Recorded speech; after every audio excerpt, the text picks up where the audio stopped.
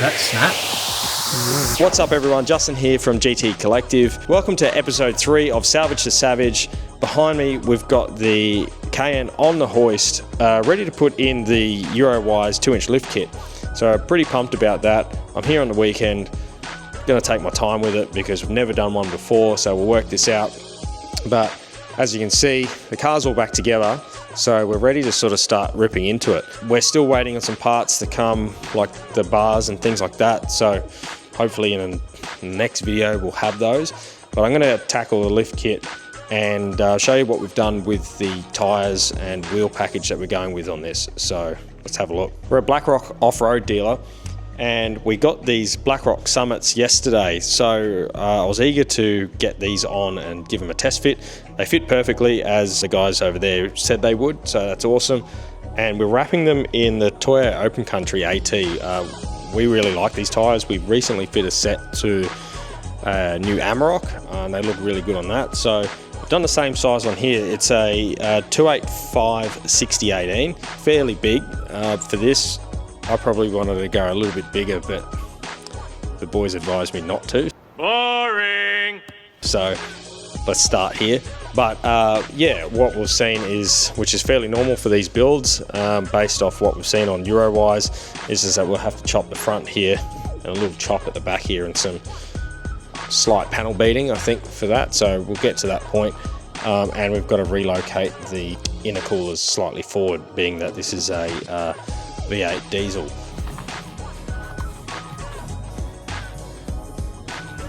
So here's the kit, some of the stuff that we've ordered. So we've got here a transfer case drop kit, subframe centering sleeves. This chassis has issues with alignment of the subframe. This fixes that issue.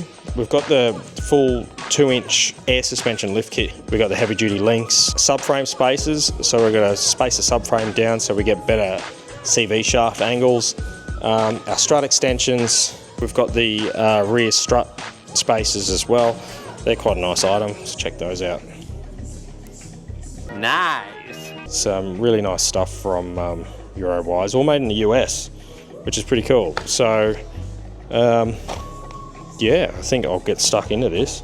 Hopefully it's not too hard. I'll soon find out if I'm ripping my hair out later, but I think from the quality of all this stuff, it should be fairly straightforward. So yeah, let's do it.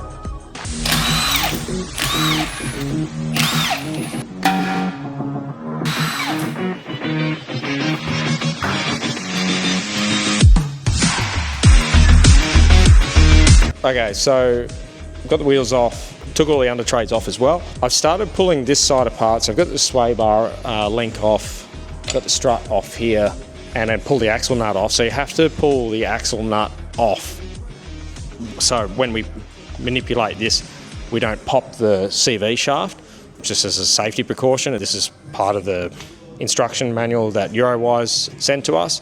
So the next part is that I have to lower the subframe down as low as I can to allow this to actually be inserted in the spot that it needs to be.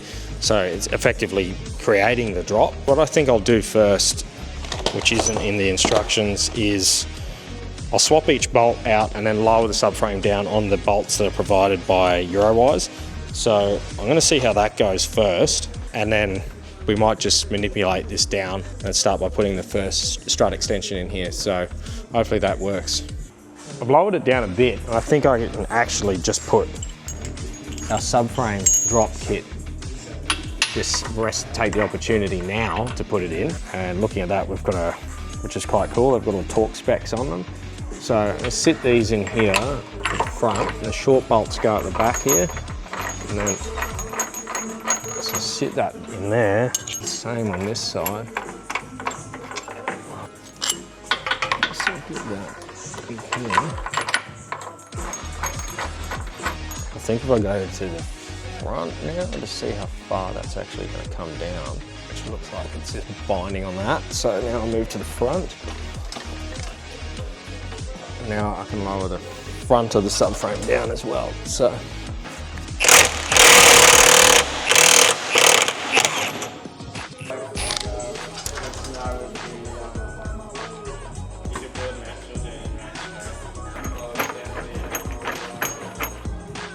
It is a lot, isn't it?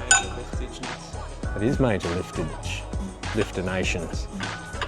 These very nice cast dog leg extensions go in here. So those come through here, and as the instructions say, mainly because they'll obviously hit the CV shaft on the inside there. So these are threaded. It looks like there's probably a tiny bit of powder coat in here. So there we go. Get them started. We'll always try and stick with nice brands here, like our stuff from Silver Rocket for the Caymans, things like that. It's good that we get the opportunity to fit these things on cars before we actually fit them to customer vehicles. So we like to believe in the stuff that we're selling, and this is no exception. So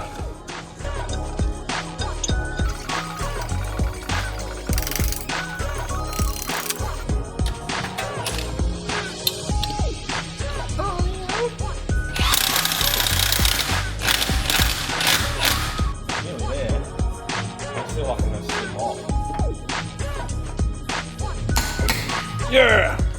Oos!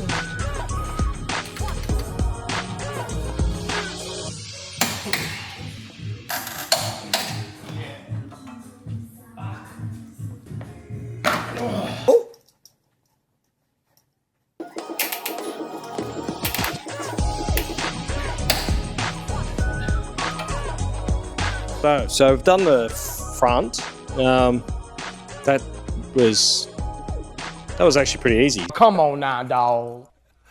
Come on, man. So for doing a lift kit on something like this and being able to retain the air suspension, yeah, it's pretty cool. Pretty self-explanatory how you do it. Now onto the rear, there's these little pivot points on the back here that we will space out with. These are so far my favourite piece of billet that's come from Eurowise, which is actually really nice. So 2 left ones, 2 right ones.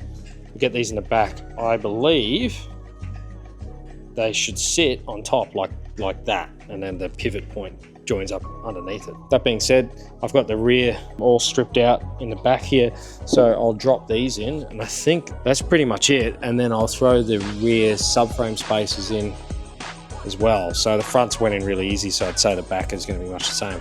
Fingers crossed.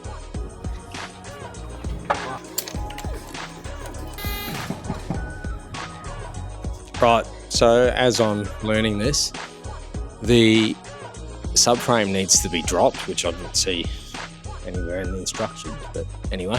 The subframe's got to be dropped down first to allow enough space to get those spacers in.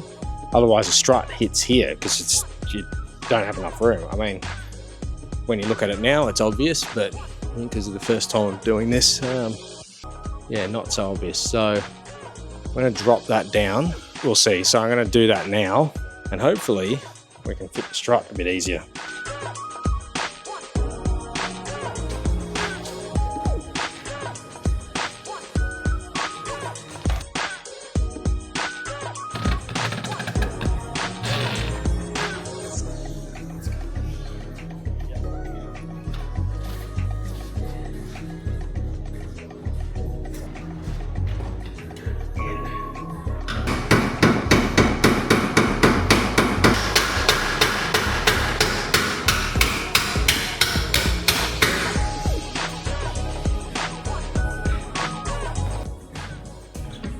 Ejecto-cedo.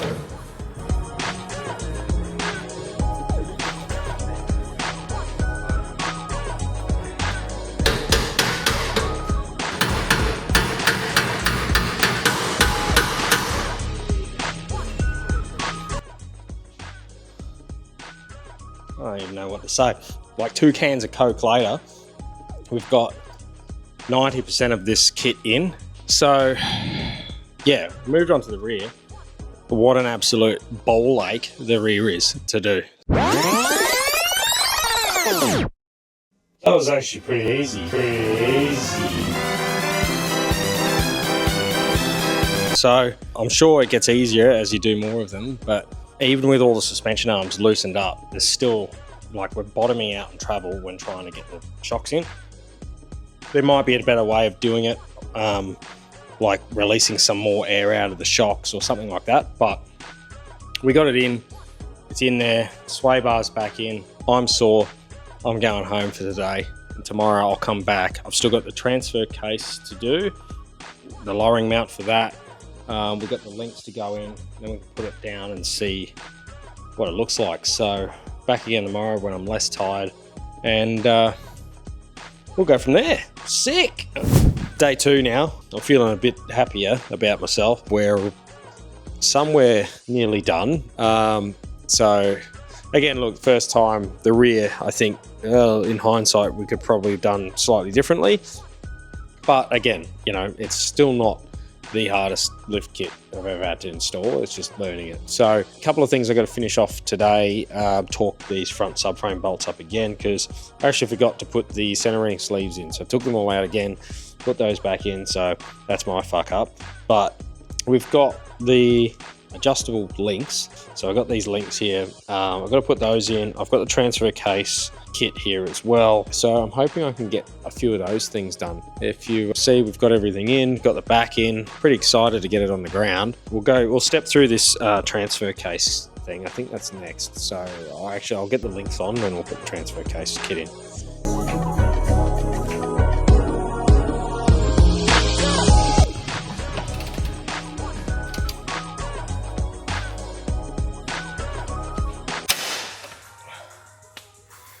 That snapped. What was that? Did it slip? That snapped. Fuck. Oh no. Fuck's sake. Well, I'm following this, torque to 60 foot-pounds, and my torque wrench is set at 60 foot-pounds, and that's what happened. So now I've got a fucking bolt stuck in my subframe, which is just brilliant. Luckily, it's still sticking out. But one thing with this kit, and look, you know, as I said, I want to make sure we put good stuff in. Everything else is good. I reckon the bolts, to be honest, are a bit shit compared to what I'm throwing in the bin. Good hardware from Porsche. What I'm going to do, I think there's enough length in how much thread goes into the thing. I'm going to use these because I've got nicer washers too, so very irritating. You can actually see they've removed 90 foot-pounds, so I can't imagine I'm the first person for this to happen to, so a bit annoying.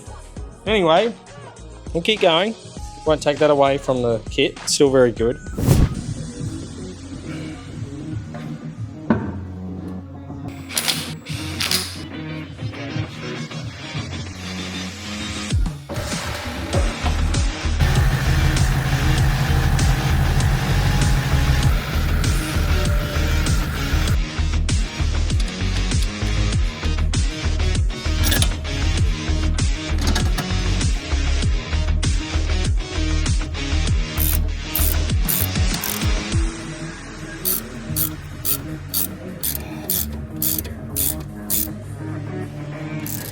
Righto, so we've got the lift kit in, which is pretty sick. This is in its off-road mode at the moment, so I'll probably only really use that for hard parking, I guess. I don't know. But even with this tyre on, the CV shaft angles is not as bad as I thought they may end up being, so I'm pretty happy with that. When it's at normal height, still decent clearance around the tyre. We're still going to have to do some trimming and things like that. So I'm going to order the rest of these tyres. I'm quite happy with how that fits. I don't think we need to go any bigger at the moment. So very happy with that. Very happy with how it sits. And again, really happy with the quality of the kit, bar one bolt. And I'm sure Eurowise don't make the bolts, so I don't hold that against them. This car's going to get parked up for a little while. So next episode will be, I don't know, to wait and see what we get. I'm going to put some pocket lights on. We've got the wheels and tyres that we've got to fit and some trimming and things like that we've got to do. So I'll probably use this car, well, with the lift in it, pretty standard for the time being until my other parts arrive. So I'm stoked. This is sick. Yeah, it's taken about a day and a half to fit everything. It's not too bad considering we've never done one before. So yeah, super happy. Awesome. So see you in the next video.